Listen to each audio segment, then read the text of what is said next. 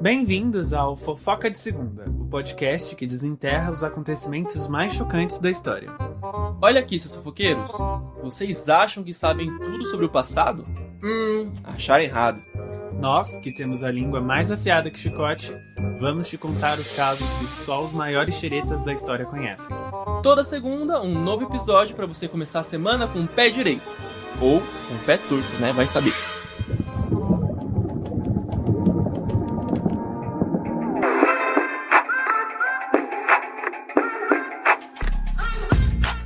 Pessoal, esse episódio ele faz parte do quadro Não é um babadinho, é um babadão, porque de fato vai ser uma curiosidade que para muitos vai ser chocante, viu?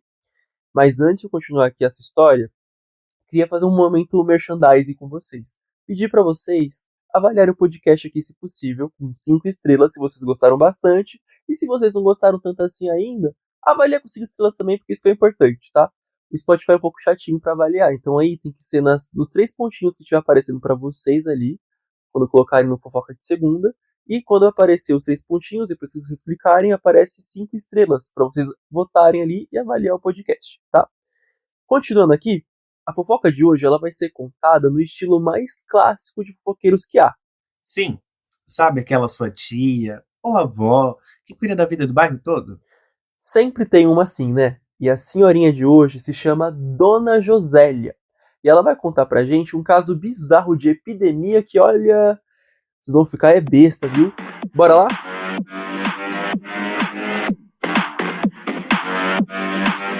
Ai, meu filho, você nem sabe o que foi aquilo. Eu juro pelos ossos de São Vito que eu vi com esses 2 olhos aqui que a terra há de comer. Foi em julho de 1518. Pense num calor seco. Era peste pra tudo que é lado. Tava todo mundo um trapo. Menos a tal da afrotrofeia. Aquela metida. Sempre com um ar de...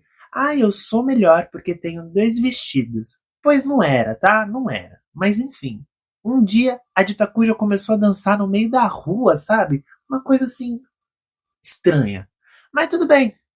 Assim, do nada, morre Meleixo, mas a gente aceitou, sabe? Parecia que tinha encostado o corpo no sino da catedral e tava vibrando como se fosse uma extensão do sino. Primeiro eu pensei, essa daí bebeu muito. Mas, menina, você acredita? No dia seguinte ela ainda tava lá dançando. E no outro também.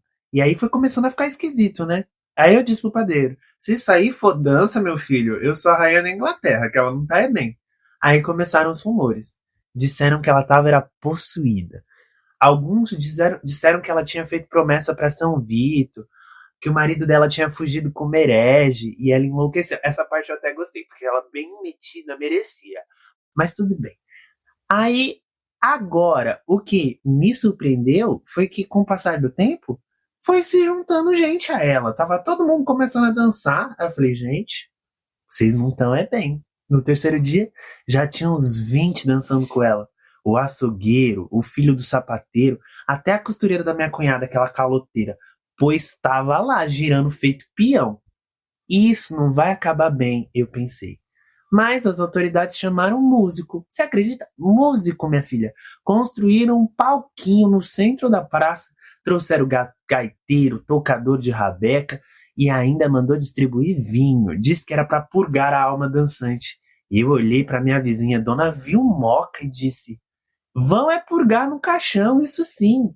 E purgaram. Teve gente que dançou até morrer. As pernas pareciam feitas de corda. Os corpos caíam como boneco. Uns gritavam de dor. Outros riam. Teve uma mulher, você não vai acreditar, teve uma mulher que ela desmaiou. Não satisfeita, ela acordou e voltou a dançar. E eu foi besta. Eu falei, não é possível, ela não tá bem. Foi perturbador, mas na hora eu ri. E no meio do caos, sabe quem apareceu? Os monges vieram com cruz, água benta, incenso e cara de... Quem mandou vocês não jejuarem direito? É castigo, eles diziam. Castigo, castigo, castigo é o escambau. Isso era estresse, minha gente. Era peste que assolava o povo, a fome que o povo não parava de sentir, eram os maridos ausentes que largavam suas esposas, aquele pão que não fermentava há dias. Aí eu falei, se eu começar a dançar, me amarra nessa cama. E o padeiro respondeu, Amarra é com gosto, dona Josélia. aquele velho safado, ceboso. Ai, por isso que eu tenho ranço de homem, eu tenho nojo de homem. Ai, só de pensar. Mas ó, deixa eu terminar a história. Vou te contar. Teve uma hora que meu pé começou a formigar. O quadril deu uma mexida. Eu engoli em seco, olhei pro céu e falei: ai, São Vito, não faz isso comigo que no primeiro balançar minha coluna trava. Bom, foi sorte. Passou. Mas ó, até hoje, quando toco o tamborzinho, eu fico atenta, sabe? Vai que volta a epidemia. Tá, a gente entendeu agora pela história da dona Josélia que o povo dançou como se não houvesse amanhã. Mas afinal, o que foi isso, gente? Foi um surto, um ritual, uma fissura coletiva, um flash mob da Idade Média? O nome técnico para isso é coreomania. Coreo, que vem do grego choros, que significa dança, e mania, que é loucura mesmo. Ou seja, loucura de dançar. O que parece só exagero, mas era realmente o diagnóstico da época. Quer dizer, era o que diziam, né?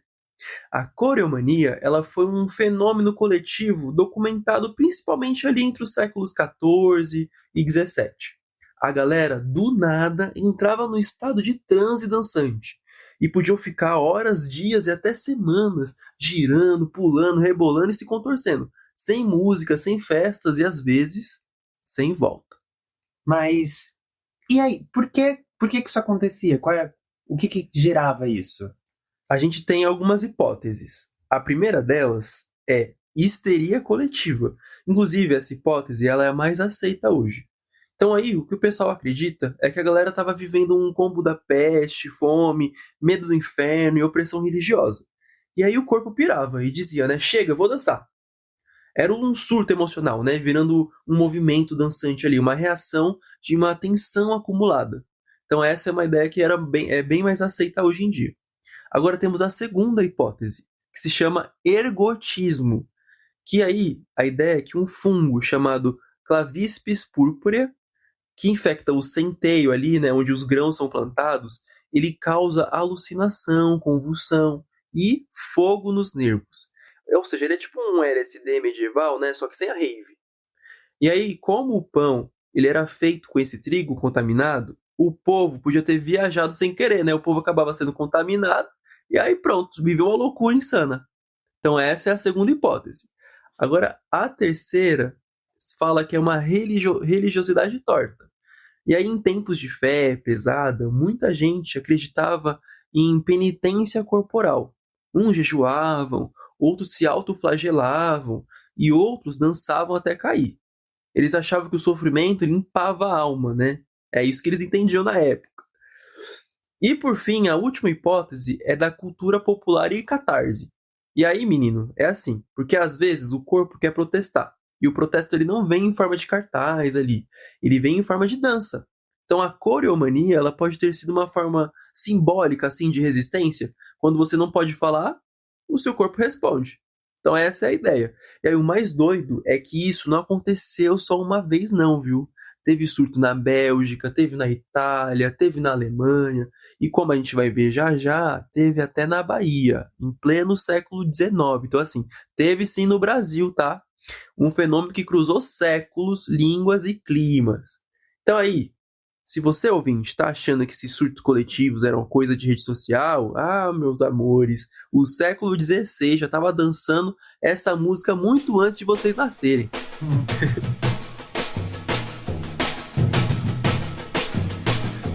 Bom, pessoal, como o Victor falou, esse surto dançante não era exclusividade da Europa e teve um caso aqui na Bahia. Mais específico em Salvador, no ano de 1882. E aí, com o fim da escravidão batendo na porta, o povo preto e pobre era cada vez mais vigiado, censurado, marginalizado, enfim. O cenário perfeito para um colapso coletivo dar o ar da graça. E deu. Num bairro chamado Itapajipe, começaram os relatos de gente que tremia, se contorcia e dançava sem parar. E aí os vizinhos chamavam de caruara ou treme-treme. A galera dizia que o corpo começava a se mexer por conta própria, né? Um negócio que ninguém entendia, mas todo mundo comentava. E o babado ficou tão sério que a Câmara Municipal instaurou uma comissão médica, sim, com papel timbrado e tudo, porque o surto já estava mexendo com o sossego da elite soteropolitana. E quem foi estudar isso de pertinho? Nada menos que o polêmico e racista e muito citado Nina Rodrigues, um médico legista, estudioso das religiões afro-brasileiras, um jeito um pouco mais problemático que só o século XIX sabe, né? E pioneiro da medicina legal no Brasil. Isso, Onina disse que era uma espécie de epidemia nervosa, uma doença. Teve quem dissesse que era encantamento. Outros diziam que era trabalho de santo, e teve quem jurasse que viu gente sendo puxada pelo invisível. E a verdade? A verdade é que ninguém sabe ao certo o que foi aquilo. Mas o que dá pra gente dizer é: foi mais um episódio em que o corpo do povo gritou dançando. E detalhe, foi registrado oficialmente, tá? Não é boato, não é lenda. Tá nos documentos. O Brasil teve sim sua coreomania tropical, com direito a calor, tensão social e muito remeleixo na cadeira, que só a gente sabe dar, sabe?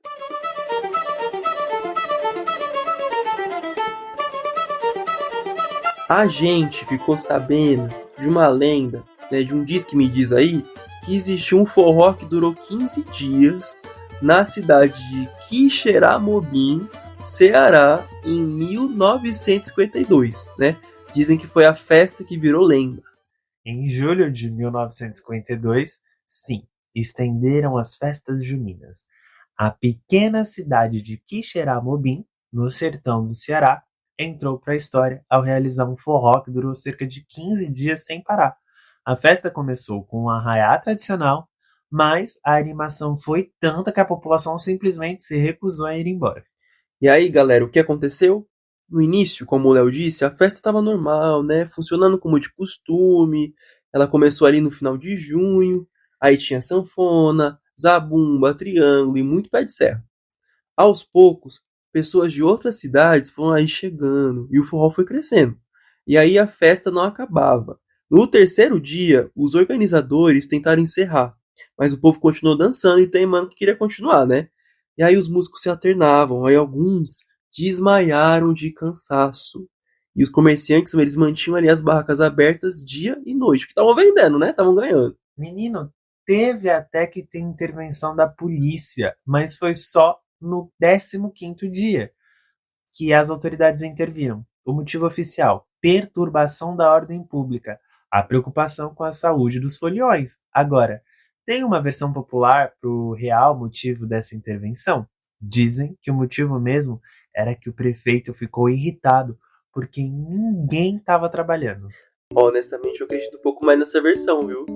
Que a cidade inteira tava ali dançando, passando mó tempo no folião e ninguém tava trabalhando mesmo. E aí ia ser prejuízo, né? O prefeito foi lá e tal. Acabou com a graça do povo. Enfim, segundo essa lenda aí, o Ceará ele entrou pra história, em especial a cidade de Quixeramobim, que foi citada em cordéis e tudo mais, né? Dizem que aí, anos depois, alguns participantes dessa festa aí se reuniram para relembrar esses 15 dias de glória. E aí, o que a gente pode falar sobre essa história? A gente aqui do podcast, a gente tentou muito, a gente ouviu falar dessa história, e a gente falou, nossa, vai ser ótimo relacionar com a festa junina. A dança, a gente já estava programando esse episódio para falar sobre a epidemia de dança lá na Europa, então ia ser perfeito. E aí, a gente foi pesquisar e a gente não achou documento suficiente para falando disso. Talvez você aí, historiador, quiser ir para Quixeramobim, olhar nos documentos públicos de lá para ver se você acha alguma coisa, ótima oportunidade de pesquisa. E se você é de Quixeramobim, por favor, nos conte se isso é verdade, porque a gente ficou muito curioso para saber. Então, a gente colocou aqui como boato, lenda, porque a gente de fato não sabe se é verdade. E a gente não conseguiu à distância achar esses documentos, né? Sim, aí por fato da gente não achar, a gente não pode falar isso pra vocês com certeza e tal, né? Mas é isso, se alguém do Ceará vê esse episódio, alguém de Quixeramobim vê, confirma pra gente aí nos comentários se aconteceu realmente isso. Mas você pode deixar aqui a sua opinião. Você acha que em Quixeramobim a festa do Junina durou 15 dias? E se durou 15 dias, você ficaria os 15 dias dançando na festa junina? Porque eu ia ficar os 15 dias comendo na festa junina. Nossa, ia ser uma delícia. Ah, mas a comida não ia estragar, não, ia ter que ficar fazendo o tempo todo. Da mesma forma que o povo tá dançando, a cozinheira ficou cozinhando. Vai ter que fazer. Ai, eu ia matar, eu gosto de festa junina, gente. Ia ser curau, pamonha e canjica, assim, ó, na sequência. E forrosando. Pois é. Bom, enfim, vamos seguir com o episódio? Bora.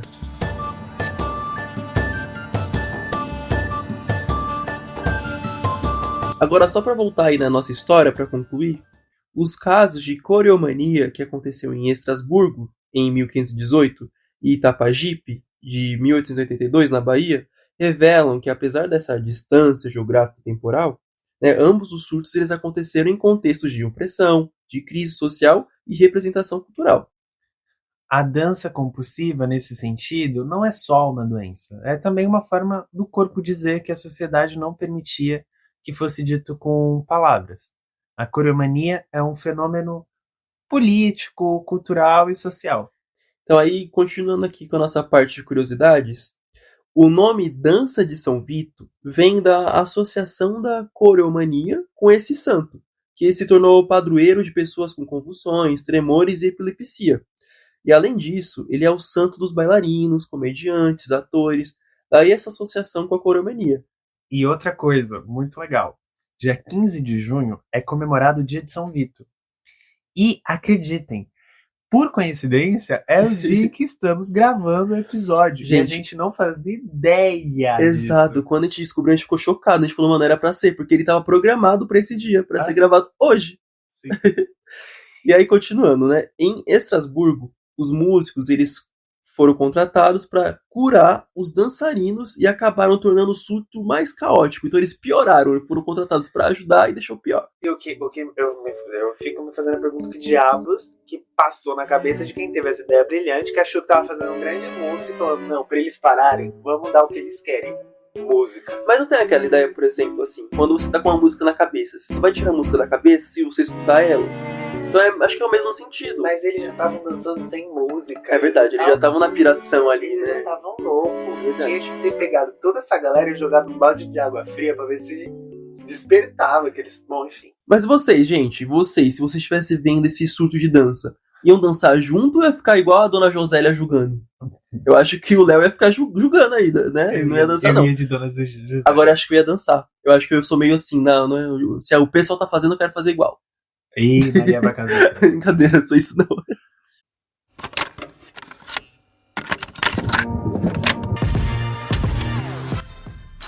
Gente, com o atual preço do café, algumas ameaças de guerra e um doido laranja colocando taxa em vários países, cuidado na hora de dançar quadrilha, viu? Porque pode ser que seu corpo não pare. Motivo pra surtar, a gente tem vários. A começar pelos boletos, né? Calma, gente, não surta não. Pelo menos a gente tá aqui com vocês toda semana, né? Trazendo fofoca de qualidade. E na semana que vem vai ter inauguração de um quadro novo. Oba! Estreia fresquinha, mas tem algum spoiler pra dar pra gente sobre o quadro? O que eu posso dizer é, vai ser só uma fofoca, ela não vai ser histórica, mas eu garanto que o entretenimento de vocês vai estar garantido. E vai ter participação dos ouvintes, tá? Então, se liga e não percam a próxima fofoca. E não se esqueçam que ela é de segunda. Tchau, gente! Tchau!